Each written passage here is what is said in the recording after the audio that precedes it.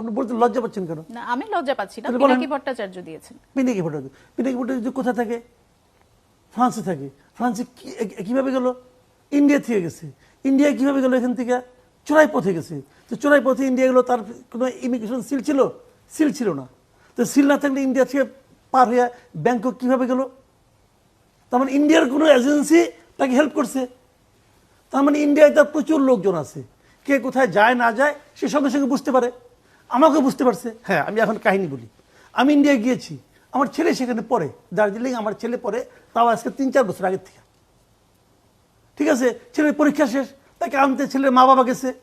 যাওয়ার পর আমার ওয়াইফ বলছে আমি একটু আজমির দেখে যাব। আজমির সে যাবে, আজমির তারপর নিয়ত ছিল গেছে। আপনি তো যে কোনো কারণেই যেতে পারেন। গেছি না, আমি কিন্তু এই গেছি। ধরনের এখন আমার রাজনৈতিক কোশ্চেনটা হলো কি, ব্যক্তিগত পর্যায়ে আমি যেতে কখন বলেছি। বাথরুমে যাব সেটাও কি ওর কাছে বলে যেতে হবে? ওকে ওকে, ও দেশে আসুক না।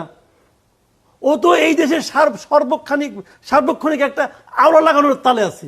আজকে সে বিএনপির গাইলায়, কালকে এনসিপির গাইলায়, পরশুদিন ডক্টর ইউনূসকে গাইলায়, আর ওর তো আর অন্য ওর ফ্যামিলি কাহিনী আর না বললাম, ওখানে গাইলায়